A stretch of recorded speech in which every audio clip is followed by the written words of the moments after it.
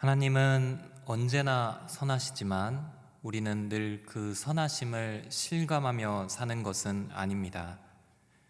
하나님은 그 선하심과 인자하심이 영원하고 그 성실하심이 대대에 미치는 분이시지만, 그러나 우리의 삶에서 하나님의 선하심을 바라보며 저절로 감사가 나오는 순간이 있는 반면에, 선하신 하나님이 발견되지 않고 인생의 고통 속에서 신음해야 하는 순간이 있습니다. 모든 사람들은 그 두 다른 순간들이 인생에서 오락가락 하는 것을 느끼면서 어쩌면 고통과 신음의 순간이 더 많은 것처럼 느끼면서 사는 것이 인생이라 해도 과언이 아닙니다. 하나님의 변치 않는 선하심과 우리 인생에서 끊어지지 않는 그 고통, 변치 않는 선하심과 끊어지지 않는 고통의 순간, 이 차이를 해석하는 것이 신앙입니다. 우리들에게도 큰 이슈이지만 성경을 보면 하나님께서도 이러한 부분에 관심을 갖고 많은 곳에서 말씀하고 계시는 것을 볼 수 있습니다.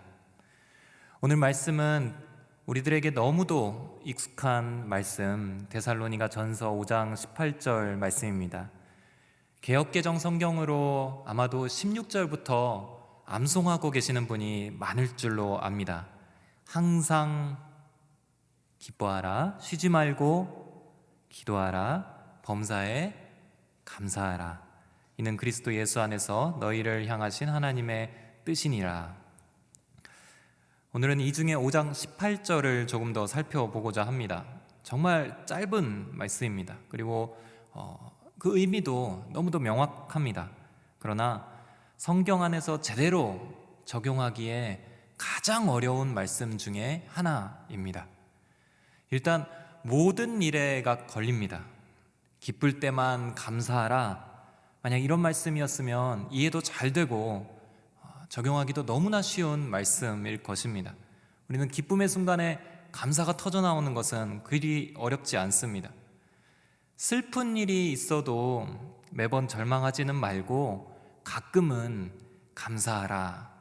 그런 말씀이었다면 그래도 그래 해보자 하고 애쓰려고 노력할 것입니다.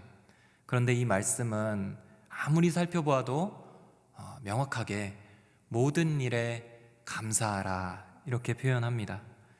그러면 힘들 때도, 절망 중에 있을 때도 감사하라는 말인가? 말씀 앞에서 우리는 이 질문을 던질 수밖에 없습니다. 그러나 다른 수식어구가 하나도 없이 모든 일에 감사하라, 성경은 분명하게 우리에게 말씀하고 있습니다. 요 근래 우리를 힘들게 하셨던 일들이 무엇이 있을까요? 가장 근래에 마음이 어려우셨던 순간, 내 마음이 낙심되었던 그 순간, 몸이 아프고 또 해결할 일은 많고 어느 것 하나가 이렇게 시원하게 풀려도 위로가 될까 말까 하는데 엎친 데 덮친 격으로 내 잘못도 아닌 감당기 어려운 삶의 파도가 밀려오는 순간이 있습니다. 그리고 이런 경우는 뜻하지 않게 자주 저희들 안에 찾아옵니다. 오늘 아침에 저희 가정이 상당히 분주했습니다. 큰 아이가 작은 감기 기운이 있었던 거예요. 갑자기 추워졌으니까 있을 법한 일입니다. 그런데 이 코로나19로 인해서 아이가 다니는 학교는 약한 그 감기 증상만 있어도 학교를 나오지 않는 것이 학교의 방침입니다. 학생들을 좀 더 건강하고 안전하게 보호하려는 방침은 옳은 방침이죠. 문제는 이 아이가 아직 혼자 집에 있을 나이는 아니어서 누군가 돌봐줘야 하는데, 오늘 낮에 또 저희 막내 아이를 데리고 병원에 재활치료를 받아야 하는 일정이 있었던 것입니다. 그러면 큰 아이도 데리고 가면 되지 않는가? 근데 병원도 역시 코로나19로 인해서 보호자나 가족 중에 한 사람만 오게 하고, 만약에 그런 감기 기운 있는 가족이 병원 안으로 들어오는 것은 막고 있는 것이었죠. 그래서 저랑 아내가 어쩔 수 없이 서로 역할을 분담해야 했습니다. 저도 오늘 있었던 낮의 일정들을 다 취소하고 막내를 병원에 데리고 다녀왔습니다. 아내도 둘째는 유치원 보내고 하루 종일 이 아픈 큰아이를 돌보았습니다. 어제 저녁만 해도 평안하게 오늘 하루를 이렇게 보내야겠다 계획했던 하루가 전혀 다른 방식으로 펼쳐지자 아침에 참 복잡하고 어려운 마음이 밀려왔습니다. 그런데 오늘 저녁 제가 선포해야 되는 말씀이 절망 중에도 감사하라 였던 것입니다. 오전에 그 아이를 돌보고 일정을 조율하고 있으면서 제 안에 감사가 있었는가? 그것은 아니었습니다.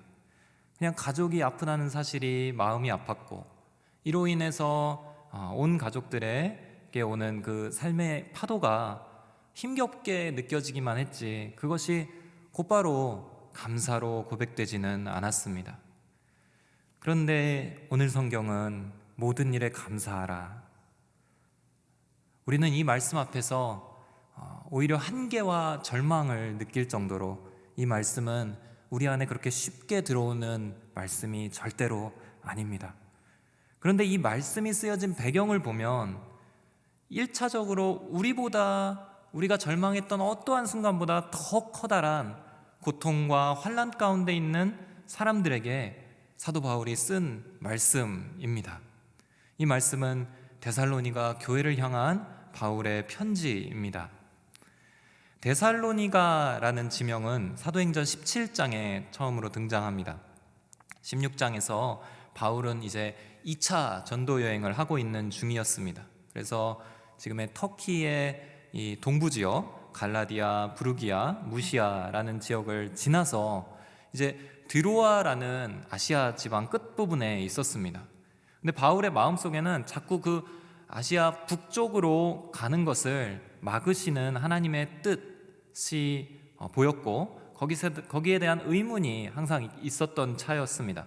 그러다가 그 드로아 지방에서 바울이 환상을 보게 됩니다. 마케도니아 사람이 꿈에 나타나서 건너와서 우리를 도우라. 그 바다를 건너서 그리스 지역으로 건너와서 우리를 도우라. 이렇게 하는 환상이었습니다. 바울은 이것이 하나님의 뜻이라고 확신하고 이제 바다를 건너서 지금의 그리스 북부 지역 마케도니아 지방 그 중에 가장 큰 도시인 빌립보라는 도시로 가게 됩니다. 여기서 하나의 질문을 한번 드립니다. 바울은 빌립보 지역으로 가는 그것이 환상도 보았고 주님의 인도하심이 있었기 때문에 하나님의 뜻이 분명하다고 생각했습니다.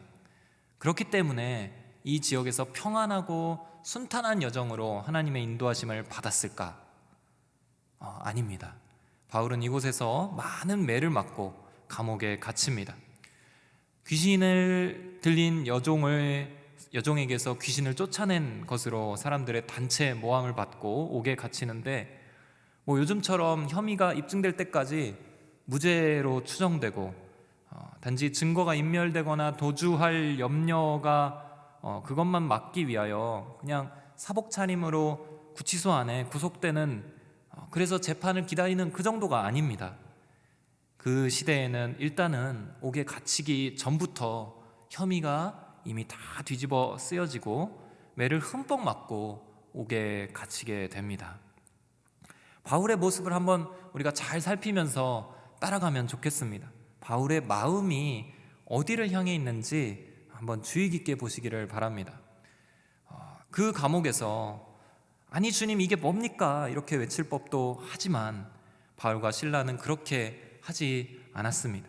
오히려 감옥 안에서 그 피투성이가 된 멍든 채로 하나님을 찬송합니다. 이 찬송이 울려 퍼지고 있을 때에 하나님이 개입하십니다. 조금 더 빨리 개입하셔서 바울과 실라의 이 일행들을 지켜주셨으면 좋았겠지만 이미 다 맞고 감옥에 있을 때 그때 비로소 하나님이 개입을 하십니다. 큰 지진이 일어나고 옥문이 다 열렸습니다. 죄수들이 다 도망쳤다고 생각한 그날 그곳을 지켰던 간수가 이제는 소망이 없고 자살을 해야겠다 이렇게 생각할 때 바울과 실라는 외칩니다. 죽지 마라, 우리가 여기 있다. 그리고 그 간수에게 복음을 전합니다. 주 예수를 믿으라, 그러면 너와 내 집이 구원을 얻을 것이다. 그래서 이방인이었던 간수가 이 말씀을 받아들입니다. 그리고 바울과 실라를 씻겨주고 자신의 집으로 모십니다. 그리고 바울을 통해서 이미 예수님을 믿었던 자주색 옷감 장수 루디아가 있었는데요. 이 루디아와 이 간수의 가정이 주축이 되어서 빌립보 지방에 교회가 세워집니다. 이후에는 어떻게 되었을까요? 빌립보 도시는 바울과 실라를 추방합니다. 바울은 이제 몇 군데 암비볼리, 아볼로니아라는 지역을 거쳐서 발걸음을 이제 그리스 북쪽에서 남쪽으로 옮겨갑니다. 그래서 갔던 곳이 오늘의 이 지명 데살로니가입니다. 데살로니가에서는 어떤 일이 있었을까? 결론부터 이야기하면 데살로니가에서도 하나님의 교회가 세워집니다. 그러면 질문을 또 드리겠습니다. 그 과정이 하나님의 인도가 있었으니까 순탄하였는가? 아닙니다. 바울과 실라를 따르는 사람들이 있기도 했지만 여전히 그들을 시기하고 모함하는 유대인들도 있었습니다. 아주 이를 갈고 바울 일행을 모함합니다. 여기서는 아예 불량배들을 데리고 그들이 사는 숙소를 급습합니다. 그러나 바울과 실라 일행은 그 자리에 없었습니다. 그래서 이들을 찾지 못하자 이번에는 숙소를 제공해준 집주인 야손과 그 형제들을 잡아갑니다. 이게 어떠한 상황인지 그날의 이 소동과 체포의 상황을 성경이 아주 자세히 기록하고 있습니다. 사도행전 17장 5절에서 7절 같이 한번 읽어보도록 하겠습니다. 시작. 그러자 유대 사람들에게 시기가 일어났습니다. 그래서 시장의 불량배들을 끌어모아 떼를 지어 도시 안에 소동을 일으켰습니다. 그들은 바울과 실라를 찾아 사람들 앞에 끌어내려고 야손의 집으로 쳐들어갔습니다. 그러나 그들을 찾지 못하자 야손과 다른 형제들을 그 도시의 관원들 앞에 끌고 와 소리치며 말했습니다. 세상을 온통 시끄럽게 하는 사람들이 이곳에 왔는데 야손이 그들을 자기 집에 들였습니다. 그들은 모두 가이사의 칙령을 거역하며 예수라는 다른 왕이 있다고 말합니다. 아멘.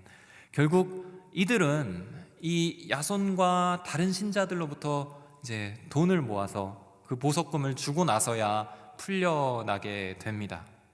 바울이 갇힌 것도 아니고 바울을 재워주었던 바울의 친구들이 갇힌 겁니다. 자신들을 대접해주는 사람들이 붙잡혀가는 상황에서 바울의 마음이 어떠했을까요? 차라리 자기가 잡혀가는 게 편했겠다 싶을 수 있습니다. 예수님을 전하는 선교사님들을 대접했다는 이유로 어쩌면 끔찍이 매를 맞고 옥에 갇혔다가 정말 절뚝거리며 돌아오는 야손과 그 형제들을 보면서 그 순간 바울은 어떠한 마음으로 기도를 했을까? 그 밤이 되자 바울과 실라는 이제 데살로니가를 떠나기로 결정합니다. 데살로니가에 뿌려진 교회의 씨앗, 그 씨앗은 이렇게 짧은 시간, 바울이 머물렀던 것은 그 시간이 전부였습니다. 바울은 그날 밤에 베레아라는 지방으로 도망치듯이 이동합니다. 자, 이제 베레아까지 왔어요. 질문을 또 드립니다. 베레아에서는 선교하는 그 형편이 좀 나았을까? 이미 답을 아시겠죠? 처음에는 베레아 사람들의 마음이 너그럽고 그리고 바울의 가르침을 잘 받아들입니다. 성경이 정말 그러한가 이렇게 말씀을 찾아보기도 하는 역사가 일어납니다. 그리고 믿는 사람들이 생겨나는데 남자 여자 또 이방인인 헬라의 귀부인들도 많이 믿게 됩니다. 그런데 이전보다 더 심한 일이 곧 벌어지게 됩니다. 데살로니가에서, 바로 직전 동네였던 데살로니가에서 바울을 대적하던 유대인들이 바울이 어디로 갔나 찾아서 이곳으로 쫓아온 것입니다. 바울은 여전히 방해하고 또 도시의 사람들을 선동해서 모함하고 또 한바탕 소동이 베레아 지역에서 일어납니다. 사도행전 17장 13절 14절 한번 읽어보겠습니다. 시작. 데살로니가에 있는 유대 사람들은 바울이 베레아에서 하나님의 말씀을 전한다는 것을 알고 그곳에 또 나타나 사람들을 선동해 소동을 일으켰습니다. 그러자 형제들은 즉시 바울을 바닷가로 보냈습니다. 그러나 실라와 디모데는 베레아에 그대로 남아 있었습니다. 바울은 이번에는 홀로 또다시 도망치듯이 이동합니다. 거기서도 이동해서 이제 아덴, 지금의 아테네 지방으로 가게 됩니다. 근데 거기서도 훌륭한 열매를 맺지는 못합니다. 오히려 예수님에 대하여 토론하고 그것을 비웃는 사람들을 만납니다. 마침내 아테네도 떠나게 됩니다. 그래서 고린도라는 지역까지 가게 됩니다. 그러니까 이쪽으로 건너와서 바울이 지나왔던 장소, 빌립보, 데살로니가, 베레아, 아테네, 고린도. 고린도에서 바울은 베레아에서 쫓겨나면서 데살로니가에 있던 그 유대인들, 그 데살로니가에서 베레아까지 쫓아온 그 회방꾼들이 바로 데살로니가 출신들이잖아요. 그러니까 참 그 데살로니가에서 믿음의 열매가 되었던 데살로니가의 교인들을 생각합니다. 그들에게 전해준 믿음을, 그 짧은 시간에 전한 그 예수 그리스도를 그들은 과연 잘 지키고 있을 것인가? 과연 예배나 제대로 드리고 있을 수 있을까? 막 불량배들이 많은 지역, 믿음을 버리는 것이 당연해 보이는 상황인데 그 지역의 사람들이 막 옆 동네까지 바울을 찾아와서 바울을 모함할 정도라면 그 본 지역은 핍박이 엄청나게 있을 텐데 바울을 찾아서 베레아까지 쫓아올 사람들이라면 정작 데살로니가에서 바울이 준 복음을 받아들인 그들이 당하는 핍박은 당연하다는 것을 바울은 알고 있었습니다. 그리고 염려하는 거죠. 그런데 그 강한 핍박 속에서 그들이 믿음을 지키고 있다, 이 이야기를 듣습니다. 바울은 고린도에 머물면서 이 사랑하는 데살로니가 교인들에게 야손, 이런 자기를 재워주고 자기 대신 매맞았던 그 형제 자매들에게 자기를 따른 그 몇 안 되는 그 핍박 속에 세운 주님의 몸된 그 교회에 편지를 쓰기 시작합니다. 우리가 기도할 때 여러분을 말하며 여러분 모두로 인해 항상 하나님께 감사합니다, 이렇게 시작하는 편지, 그것이 바로 오늘 우리의 말씀 데살로니가 전서입니다. 다시 돌아와서 우리가 보는 본문은 이것입니다. 모든 일에 감사하십시오. 이게 지금 바울이 하고 있는 말씀인 것입니다. 절망적인 상황 가운데 있는 데살로니가 교인들에게 주는 신앙적인 교훈은 범사에 감사하라입니다. 이게 가능한 일인가? 어떻게 절망 중에도 감사할 수 있을까? 오늘 말씀을 통하여 절망 중에도 감사할 수 있는 두 가지 원리를 살피고자 합니다. 첫째로, 하나님의 나라를 바라보아야 감사할 수 있습니다.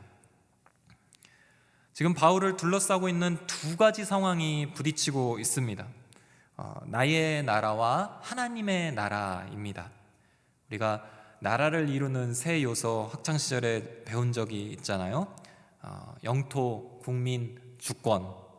성경에서 하나님의 나라를 이해할 때에는 이 나라라는 개념을 어떤 인구수나 또 어떤 지리적인 영역이 아니라 이 주권의 측면에서 보시면 됩니다. 그래서 주권, 통치권과 영향력을 뜻하는 이 단어가 하나님의 나라로 주어지는 것입니다. 나의 나라는 뭐냐? 내가 영향을 주고받는 나의 모든 외부 상황들로 보시면 좋을 것 같습니다. 하나님의 나라는 하나님이 통치하시는 부분, 하나님의 뜻이 이루어지는 부분으로 보면 됩니다. 주기도문에서 나라가 임하옵시며 뜻이 하늘에서 이루어진 것 같이 땅에서도 이루어지이다 라고 고백하는 부분과 통하는 개념입니다. 하나님의 뜻이 이루어지는 곳, 그것이 바로 하나님의 나라입니다. 지금까지 이 2차 전도 여행 중인 바울의 상황들 속에서 나의 나라, 바울의 나라와 하나님의 나라가 어떻게 이루어져 가는지를 살피기를 원합니다. 바울의 나라는, 바울의 삶은 한마디로 핍박과 회방이었습니다. 매를 맞고 옥에 갇히고 모함과 핍박을 받고 도망쳐 나오고 그것을 수차례 반복해서 행하게 됩니다. 기쁜 것이라고는 거의 없을 만큼 삶이 고역이고 어렵고 힘이 듭니다. 그게 이 바울의 삶을 둘러싼 환경, 나의 나라의 모습입니다. 그런데 하나님의 나라는 어떠한가? 하나님의 나라는 넓어지고 있습니다. 바울이 복음을 전하는 참된 통로가 되어 쓰임받고 있습니다. 그가 매를 맞아도 예수님이 전해집니다. 모함을 받아 이동하지만 실상은 다른 지역으로 복음이 전해지는 결과가 나타납니다. 그리고 곳곳에서 실패한 것 같지만 그렇게 뿌려진 예수 그리스도의 복음은 그곳에서 교회를 이루게 합니다. 그리고 그 교회는 핍박과 회방 속에서도 건강하게 세워져 갑니다. 이게 하나님 나라의 역사입니다. 하나님의 나라는 전혀 위축됨이 없이 계속해서 나날이 부흥하고 있는 것입니다. 데살로니가 교인들도 마찬가지입니다. 핍박을 받고 있습니다. 이제 막 믿은 초신자들이에요. 이제 선교사도 목사도 영적인 멘토도 그냥 한순간에 다 떠나버렸어요. 그래서 자신들이 붙드는 그 말씀과 그걸 갖고 신앙생활을 하나씩 해가기도 벅찬데 본거지로서 방해와 핍박과 회방이 있는 거예요. 이게 데살로니가 교인들이 보는 나의 나라입니다. 그러나 하나님의 나라는 그들 안에서 무럭무럭 자라납니다. 바울은 데살로니가전서 1장 2절 3절에서 이렇게 이야기합니다. 나는 끊임없이 여러분의 믿음의 행위와 사랑의 수고와 우리 주 예수 그리스도께 대한 소망의 인내를 우리 하나님 앞에서 기억합니다. 이게 데살로니가 성도들을 묘사하는 바울의 표현입니다. 믿음의 행위와 사랑의 수고와 소망의 인내를 기억합니다. 그들은 믿음을 지켜냅니다. 소망을 잃지 않습니다. 사랑으로 수고합니다.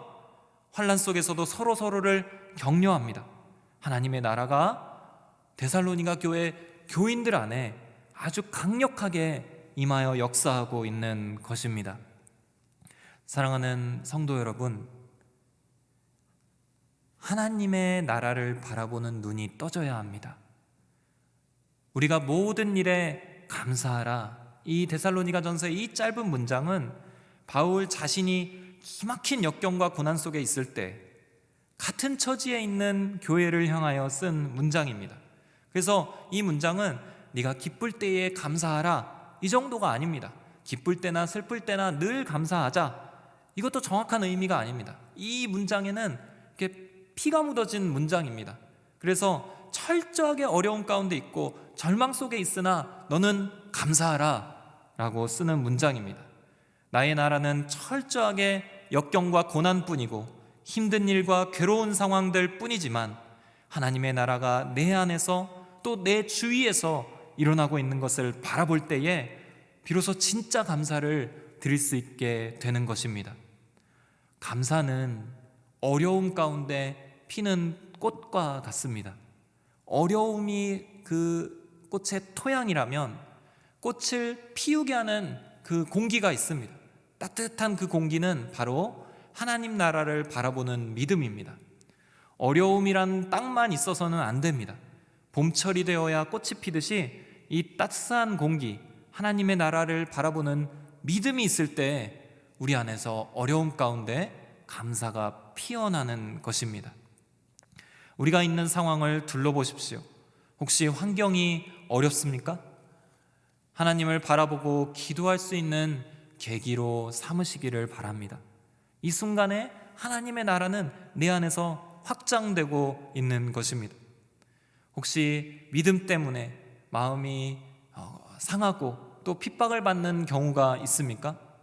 그러면 하나님의 나라는 어떻게 역사되고 있는지 살펴보십시오. 내가 그 믿지 않는 자들, 나를 핍박하는 자들을 위해 기도할 때 하나님의 나라가 일어나지 않겠습니까? 적어도 내 안에서 하나님을 바라보는 눈이 더 깊어지지 않겠습니까? 자녀들이 내 뜻대로 가지 않고 신앙도 하나님과 멀어지는 것 같습니까? 그러면 하나님 나라는 어떠할까요? 갈라디아서 6장 9절에 이런 말씀이 있습니다. 선한 일을 하다가 낙심하지 맙시다. 포기하지 않으면 때가 이름에 거두게 될 것입니다. 기도를 포기하면 안 됩니다. 하나님의 나라는 마치 보이지 않는 뿌리 같아서 때를 기다리는 곡식처럼 우리가 기도할 때 우리 자녀들 안에서 자라고 있는 것입니다. 그것을 바라볼 때 감사할 수 있습니다. 아무것도 보이지 않는데 그냥 추상적으로 이 악물고 그냥 애써서 감사하라, 이 말씀이 아니라 실제로는 보이지 않지만 하나님 나라를 믿음으로 확신하면서 감사하는 것입니다. 그것이 범사에 감사라는 것입니다.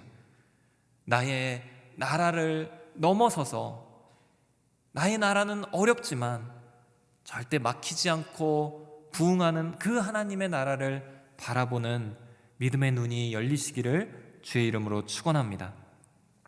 둘째로, 감사는 적극적으로 결단하고 훈련되어져야 합니다. 하나님의 나라를 바라보는 믿음의 눈은 저절로 열어지는 것이 아닙니다. 오히려 적극적으로 결단해야 합니다. 바울은 이야기합니다. 감사하라. 우리는 이 구절을 이제 16절부터 한 묶음으로 읽어냅니다. 항상 기뻐하라, 쉬지 말고 기도하라, 범사에 감사하라. 이렇게 세 가지 명령으로, 세 가지 계명으로 우리는 받습니다. 데살로니가 교인들이 지금 잘 하고 있었습니다. 믿음을 지키고 있었고 서로를 권면하고 있었습니다. 그러나 바울이 이 편지를 결론을 내면서 마지막 시점에서 그들에게 주는 신앙적 권면은 이 세 가지였습니다. 기뻐하라, 기도하라, 감사하라. 이 세 가지의 공통점이 혹시 보이십니까? 이 세 가지 명령에 공통점이 있습니다. 저는 데살로니가 교인들을 보면서 힌트를 얻었습니다. 그들은 믿음을 지키면서 잘 방어해냈습니다. 근데 이것은 정말 말 그대로 믿음을 지키는 수준이었어요. 말 그대로 소극적인 방어였어요. 내가 공격을 당하지만 그래도 내가 이 믿음을 잃어버리지 않으리라 하고 버티면서 지키는 수준이었습니다. 신앙이 수동적이고 방어적으로 기능하고 있는 것입니다. 그러나 바울은 편지의 마지막 부분에서 이 기가 막힌 명령문 세 가지로 이들의 내면을 적극적인 형태로 바꿀 것을 명합니다. 기뻐하라, 기도하라, 감사하라. 적극적으로 믿음의 꽃을 피워라 라는 것입니다. 이를 악물고 할렐루야 이렇게 하라는 것이 아니라 더 나아가라 라는 것입니다. 낙담을 억누르면서 감사의 계명을 생각하며 그냥 복종하라 이런 뜻도 아니라 더 나아가라, 마음문을 열어라 라는 것입니다. 어려운 뿐이지만 거기에 우겨 쌓이지 말고 계속해서 감사의 적극적인 빛으로 나아가서 나의 내면과 세상을 비추라 라는 것입니다. 11월에 장미꽃이 피는 것을 아십니까? 저는 얼마 전에 알았습니다. 얼마 전부터 날씨가 갑자기 추워졌잖아요. 나무들이 이제 단풍을 옷을 입고 이제는 다 흩어져 떨어지고 쌓이는 낙엽의 시간이 되었습니다. 그래서 풀밭도 그렇고 다 이 연두색이 사라지고 갈색빛으로 변해가는 시간인데요. 며칠 전 제가 아이를 유치원 버스에 데려다주고 오는데 담벼락에서 꽃이 피는 걸 보았습니다. 빨간색 꽃인데 매우 특이하고 그리고 되게 아름다운 거예요. 이 추운 날 꽃이 피나? 하고 가까이서 보니까 장미나무인 것입니다. 그러고 보니까 그 담벼락은 5월 무렵에 아주 빨간 장미꽃으로 다 뒤덮여 있던 담벼락이었던 걸 제가 기억을 했습니다. 근데 그 많은 장미들이 다 지고 11월 찬바람을 맞을 때에 가지마다 한 송이, 많으면 두 송이, 그러니까 막 여러 송이로 펼쳐서 빨간색으로 들이운 게 아니라 그냥 황량한 곳에 빨간색이 이렇게 점점 하나씩 있는 것처럼 아주 드물게 그 꽃이 피고 있었습니다. 그런데 그 색이 너무 아름답고 영롱한 빨강이었습니다. 너무 신기해서 인터넷을 좀 찾아보았더니 11월에 피는 장미가 간혹 있다고 합니다. 추위에 내성을 갖고 때로는 12월의 찬서리를 맞으면서 견디는 꽃이라고도 합니다. 봄처럼 모든 나뭇가지에서 다 피진 않지만, 몇 송이 안 되지만 정말 아름다운 생명력으로 온 빨간색이 그 담을 뒤덮였던 것보다 더 아름답게 가을을 아주 멋지게 데코레이션하고 있었습니다. 성도 여러분, 감사야말로 신앙의 꽃입니다. 근데 그 꽃은 5월 같은 따스한 봄볕에도 피지만 혹독한 바람 속에서도 피어난다면 그것은 너무나도 하나님 앞에서 아름다운 꽃이 될 것입니다. 바로 그 어려움이 감사의 결단 아래에서 꽃을 피울 때 슬퍼하지 말고 낙심하지 않고 웅크리지 않고 감사의 꽃을 펼치려고 적극적으로 우리의 믿음의 눈을 들 때에, 그것을 결단할 때에 하나님께서는 그 어느 때보다 우리의 삶을 통하여 큰 영광을 받으실 것입니다. 제 삶에서 가장 마음이 아팠던 순간이 있었습니다. 그것은 이제 다들 마찬가지시겠지만 아이가 아팠을 때입니다. 그런데 그 중에서도 가장 마음이, 그 아픈 시간 중에 가장 마음이 어려웠던, 마음이 완전히 무너지는 하루가 있었습니다. 아이가 태어나서 사경을 헤매고 있고 여러 가지 의료적인 조치를 취했는데 여전히 상태는 안 좋아지고 정말 많은 분들과 함께 기도를 했는데 며칠 뒤에 보면 또 악화되고, 그것을 계속 반복하던 시기가 있었습니다. 근데 그날은 마침내 아이의 시술했던 그 부분에서 감염까지 생겨버린 거예요. 그래서 그 인큐베이터 안에 누워있는 아이의 탱탱 부은 얼굴을 보고 나오는데 그날 너무 마음이 어려웠고 절망 속에 있었습니다. 그 즈음에 저는 매일같이 기도 편지를 써서 주변 분들과 성도님들께 기도를 부탁드리고 있었습니다. 그리고 그 힘으로 버티고 있었습니다. 근데 그날 밤에 제가 편지를 쓰려고 노트북을 여는데 할 말이 없는 겁니다. 뭐라고 써야 될지 할 말이 없는 거예요. 내 마음이 너무도 상처 입어서 무슨 말로 시작을 해야 될지 모르겠었습니다. 그냥 무작정 의사가 그날 저를 만나고 했던 말들을 그냥 쭉 적어 내려갔습니다. 이 부분이 아팠고 이 부분에서 원인 모를 감염이 생겼습니다. 또 며칠이 고비입니다. 이게 안 되면 더 심한 수술로 들어가야 합니다. 오늘은 뭐 이런 설명을 듣고 나왔습니다. 이렇게 그 편지를 시작했습니다. 그러다가 마음 한구석에서 한번 믿음의 힘을 좀 내보자, 믿음의 힘을 조금이라도 한번 내보자라는 마음이 아주 조금 들기 시작했습니다. 아주 조금. 그리고는 감사를 고백으로 써 내려가기 시작했습니다. 첫째로, 아이가 오늘 살아있어서 감사합니다. 둘째로, 비록 부은 얼굴이지만 아이의 얼굴을 오늘 볼 수 있어서 감사합니다. 셋째로, 뇌가 문제이지 아팠던 심장과 폐는 오늘은 더 나빠지지 않은 것 같아서 감사합니다.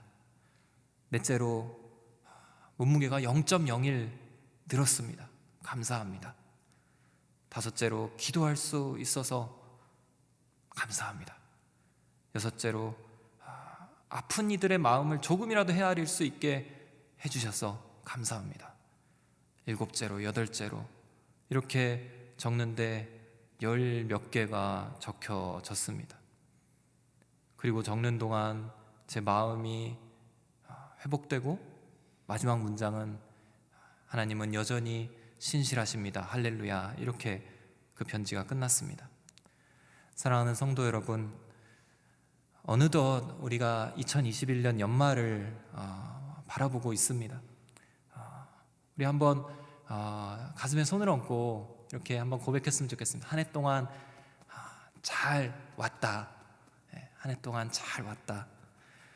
하나님께서 지켜주신 것을 생각나게 하시고 이 자리에서 오늘 여러분들 한 분 한 분을 다 격려해 주시기를 축복합니다. 그리고 이 마음에 오늘 이 데살로니가 교회를 향한 바울의 메시지를 오늘 나의 메시지로 받으면 좋겠습니다. 감사는 어려움 속에서 진짜 꽃을 피웁니다. 오늘 나의 환경, 나의 형편, 나의 나라는 어렵더라도 하나님의 나라는 절대로 막히지 않습니다. 하나님의 나라는 나의 모든 삶의 형편을 통해서 계속해서 뻗어나가고 확장될 것입니다. 그것을 보는 눈이 떠질 때 우리의 감사는 새로워질 것입니다. 어려움 속에서도 드리는 모든 일에 감사하는 그 신앙은 하나님의 나라를 바라보고 소망하게 할 것입니다. 그리고 내 힘을 다해서 적극적으로 결단하면서 감사로 들어가는 겁니다.